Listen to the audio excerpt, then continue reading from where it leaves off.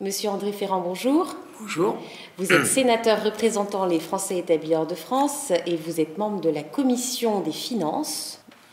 Et vous travaillez beaucoup sur les sujets économiques, mais en tant que sénateur des Français de l'étranger, bien entendu, vous avez un œil attentif sur ce qui se passe pour les Français qui sont installés dans le monde, dans les différents pays du monde, et notamment sur le sujet qui fait la une de l'actualité des Français de l'étranger, la scolarité, et notamment l'avenir qui est réservé à l'aide à la scolarité. En fait, l'ensemble du budget aide à la scolarité, c'est-à-dire prise en charge plus les bourses, c'est quelques 130 millions d'euros. Et bon, vous le savez, ce gouvernement a décidé de supprimer la prise en charge. Je rappelle que la prise en charge, c'est la gratuité, en fait, pour les 3 classes de lycée, pour tous les parents français ou tous les élèves français, quels que soient les revenus des parents. Donc, il n'y en a plus. Le gouvernement a décidé que la mesure prendrait effet dès la prochaine rentrée, ce qui pose problème à beaucoup de familles budgétairement parce qu'elles n'avaient pas prévu ces montants souvent importants à verser. Bon, c'est ainsi. Donc il y a des réunions de bourse qui font en sorte que, des commissions locales de bourse qui se réunissent et qui font en sorte que on puisse trouver des solutions pour les familles qui sont les plus gênées. Mais la question, c'est l'avenir, puisque ce qui était souhaité, ce qui avait été exprimé par le président de la République lorsqu'il était candidat, c'est qu'il y ait plus de familles qui soient éligibles aux bourses, que même les familles à revenus moyens, disons, soient éligibles aux bourses. Alors, c'est bien. C'est tout à fait louable et je partage ce souci, d'autant plus que on sait que la tendance étant à l'autofinancement, il va falloir des établissements, il va falloir forcément continuer, je le crains, à augmenter les frais de scolarité. Donc ça va être de plus en plus difficile pour les familles. Donc c'est très bien que l'on décide de permettre aux familles à revenus intermédiaires d'avoir accès aux bourses. Le problème, c'est que pour ce faire, si on veut laisser aux familles les plus modestes 100% de remboursement, il faut augmenter l'enveloppe. Et avec l'ensemble des 30 millions économisés par la PEC, si on les avait reportés comme le gouvernement nous l'avait promis, comme plusieurs représentants du gouvernement s'y étaient engagés, y compris, je crois même, le président de la République, eh bien, on pourrait effectivement jouer à ce jeu-là, permettre à ces familles plus aisées, je dirais, enfin d'un revenu moyen en tout cas, d'y accéder.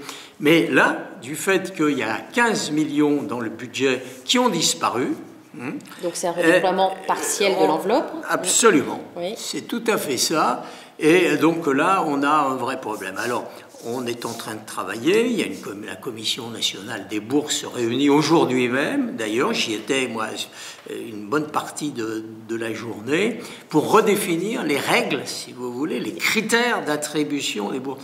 Mais c'est un vrai casse-tête parce que ce qu'on craint, c'est qu'on s'oriente pour ouvrir, si vous voulez, l'accès aux bourses à des familles à revenus plus élevés que jusqu'à maintenant. Pour donc ouvrir, eh bien, on serait obligé de limiter les remboursements à 100%. Il y aurait de moins en moins de remboursements à 100% en faveur des familles à faible budget. J'espère être clair dans ce que je suis en train d'exposer, mais c'est ça le souci, si vous voulez. On veut bien ouvrir, mais il ne faudrait pas que ça soit au détriment de ceux qui sont les plus modestes et qui risquent d'être exclus de notre enseignement français. C'est ça le grand danger. Donc vous êtes en train de rechercher une solution pour faire mieux avec moins. Et cette solution devrait advenir, enfin on devrait en connaître l'issue à la fin de l'année, je crois.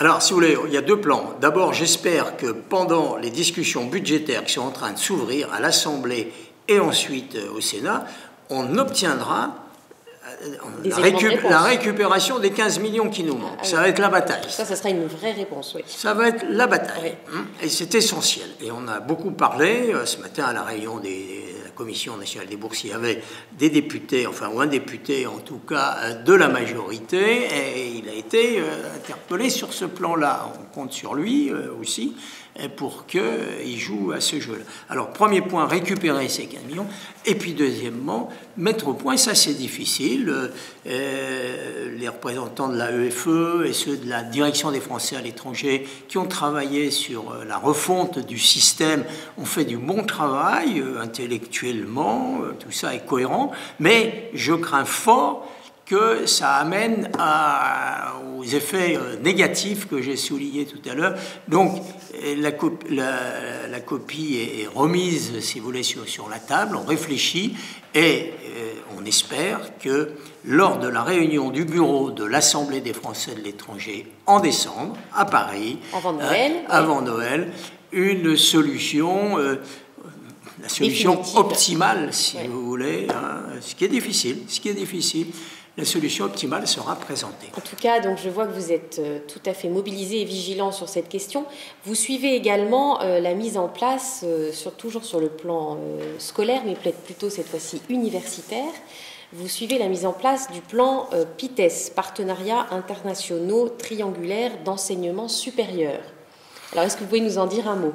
Oui, je vais essayer de le faire aussi rapidement que possible. L'idée est née lors du Grand Emprunt, si vous voulez, où là, il y avait un concours entre les différentes universités, où les presses, les pôles de recherche et d'enseignement supérieur, qui souhaitaient avoir accès au fonds du Grand Emprunt. Et un des critères, c'était l'internationalisation. Donc, on leur a proposé à ce moment-là, c'est presque, de conclure des partenariats triangulaires. Triangulaires, pourquoi ?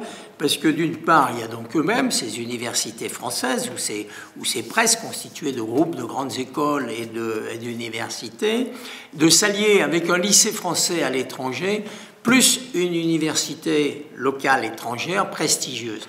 Donc, l'idée étant de constituer dans l'université étrangère prestigieuse une filière, après le baccalauréat français, passer dans nos lycées français, une filière L1, L2, L3. Donc jusqu'à la licence. Jusqu'à la licence. Avec des passerelles, si les étudiants ont envie de continuer en France dans l'université, ils peuvent le faire, qui seraient bidiplômantes. Ils obtiendraient un diplôme de l'université étrangère et de l'université française. Et l'enseignement aurait lieu dans la langue française, bien entendu, mais aussi dans la langue du pays, et évidemment en anglais si la langue du pays n'est pas l'anglais. Donc ça serait particulièrement attractif pour les enfants scolarisés à l'étranger qui souvent n'ont pas de débouchés après cette scolarité dans le réseau de l'enseignement français à l'étranger. Ils ont des débouchés locaux, mais effectivement, ils quittent le système français à ce moment-là. En perdant la langue française. Voilà. Et il faut quand même noter qu'il y a quelques 8000 élèves étrangers, j'entends, qui passent le baccalauréat français à l'étranger chaque année.